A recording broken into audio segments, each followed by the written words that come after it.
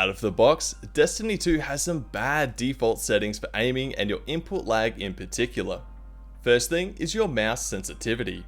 If you're playing on the default of 15, you're doomed to never have great aim.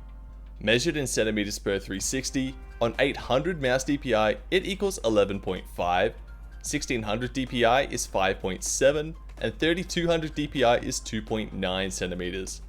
For most people, you'll likely want to be playing on around 25 to 50 centimeters per 360 to have competitive level aim. As a rough guide, this would be between 4 and 7 on 800 DPI, 2 and 4 on 1600 DPI, and 1 to 2 on 3200. Unfortunately, Destiny 2 doesn't have decimals, so you may need to get creative with your DPI to find a specific setting that works best for you. To have the majority of your ADS and scopes feel most like your hipfire, you'll want your ADS sensitivity multiplier to be set to 0.8. If you care most about weapons with very long ranged scopes, this can change down to 0.7. Make sure aim smoothing is turned off. I recommend using toggle zoom instead of hold, simply because holding down the mouse button can impact your aim. This can come down to preference, so if you don't like it, just stick to hold. Next, head into video settings. Make sure you are on full screen.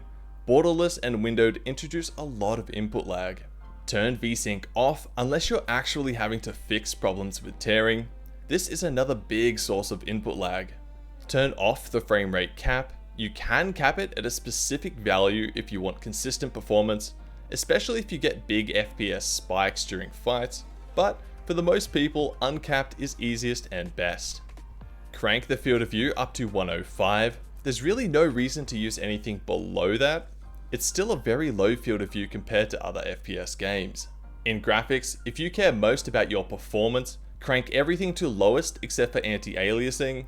FXAA isn't very demanding and goes a long way to improving your fidelity. And shadows, you'll want them to be at least on low. Depth of field and motion blur need to be turned off. If your PC or laptop isn't very powerful and you're struggling to run the game at all, you may want to drop the render resolution to 75 or 50 if you can tolerate it, but otherwise just keep it at 100. Turn chromatic aberration and film grain off, and NVIDIA reflex to boost. There we have it. These settings will drastically reduce your input lag, making your aim feel more crisp and the game itself feeling more responsive. If you're looking to convert your sensitivity from another game to Destiny 2, check out this video here for the easiest method, plus a few tips and tricks on finding the right sensitivity after converting. Thanks for watching, be sure to subscribe for more content like this, and I'll catch you in the next one.